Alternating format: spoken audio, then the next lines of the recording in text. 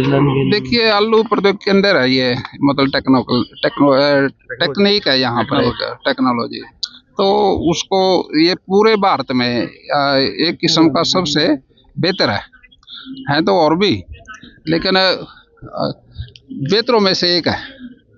तो यहाँ पर जो है सीड तैयार होता है, उसमें तकरीबन 5 बार उसको रोटेशन में आएगा वो।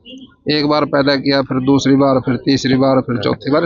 ये सूक्ष्म सा काम है, लेकिन 5वीं बार भी तैयार हो जाता है, जो किसान के लिए दिया जाता है। और किसान को बुकिंग के हिसाब से दिया जाता है, क्योंकि जिसको जरूरत है उसको वो ही बुक कराएगा। तो इससे हमारी आलू की वैरायटी अच्छी हुई है। सर, इस बार किसानों को वो दाम नहीं मिले आलू के जो मिल सकते थे। देखिए आलू का दाम पहले एमएसपी तय है, तो फसलों के दाम तो तय हैं, साग सब्जी के भी तय हैं पहले। ये तो नहीं ना भाई पैदा करने के बाद आलू का रेट लगेगा या किसी फसल का बाद में लगेगा, पैदा होने के बाद। सब फसलों के भाव तय हैं। अगर उस भाव से कम बिकती है तो सरकार भरपाई करती है, कोई नुकसान तो होने नहीं देती। तो ये सरकार की, नायब सैनी जी की सरकार की खूबी है।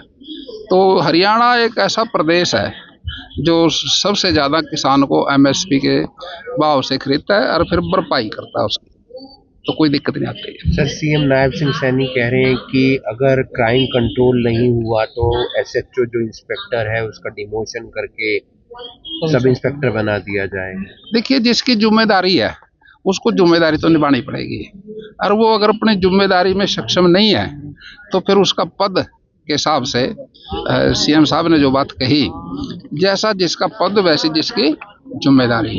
अगर वो जिम्मेदारी के लिए तो पद है, अगर जिम्मेदारी नहीं निभा पाता तो पद का महत्व घट जाता है, तो उस पर फिर सोचना पड़ता है। तो कल उपवास है सर कांग्रेस का मनरेगा को लेकर। देखिए मनरेगा जो आप पूछ रहे हो, ये 20 साल पुरानी एक्ट था, ये बनाया था जो। अब चलते चलते इसमें काफ़ी त्रुटियां आ गई। अब समय समय पे अगर हम त्रुटियों को दूर नहीं करेंगे तो फिर उस देश की अर्थव्यवस्था को पुश नहीं मिलेगा। तो हम देश का जो हमारा 1947 में आज़ाद हुआ और 2047 में पूरा विकसित भारत का लक्ष्य को पूरा करना, जितनी भी योजनाएं बने वो 2047 को आधार मान के विकसित भारत के हिसाब से बने, ताकि अर्थव्यवस्था हर व्यक्ति की, हर प्रदेश की और अपने देश की अर्थव्यवस्था को पुश मिले। अगर किसी योजना में कोई कमी है तो उसमें सुधार करना चाहिए, तो सुधार किया मोदी जी ने। अब पुरानी में तो क्या था, खड्डे खुदे करांदे, खड्डे भरते करांदे। वो जो पुराना काम था ना उसी को चढ़ा देते थे, तो वो एक्चुअली ये एक विकार आ गया था योजना में।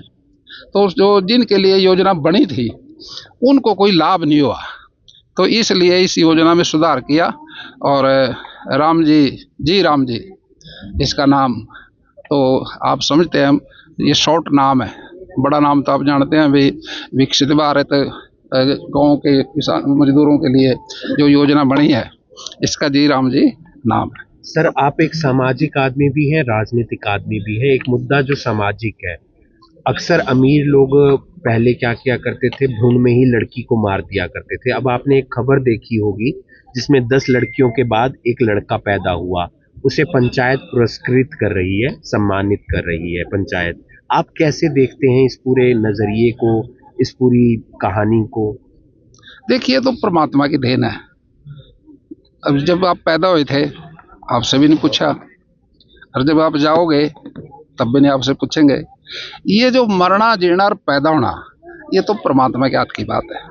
और मैं समझता हूँ जहाँ तक बात है इसकी, भाई इतनी बेटियों के बाद एक बेटा होया, तो मैं समझता हूँ उसकी तारीफ जितनी करें उतनी कम है। उसको तारीफ के काबिल है, उसका मान सम्मान भी करना चाहिए। भी उन्होंने इतनी बेटियों को अपने पाला और बाद में परमात्मा ने उसका फल भी दिया। बजट के लिए क्या कुछ रहने वाला, किसानों को कुछ मिलेगा इस बारी? किसानों के लिए बजट हमेशा लाभकारी आता है। बजट में कोई कमी नहीं है।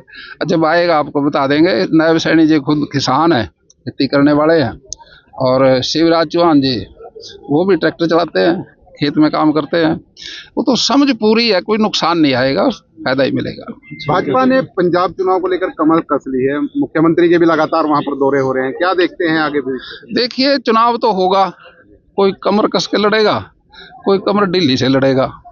तो चुनाव तो इलेक्शन कमीशन ने कराना, तो पार्टियों ने तो इलेक्शन कमीशन के आदेश के हिसाब से चलना, और चुनाव होगा और सब पार्टियां चाहती हैं हमारी सरकार बने।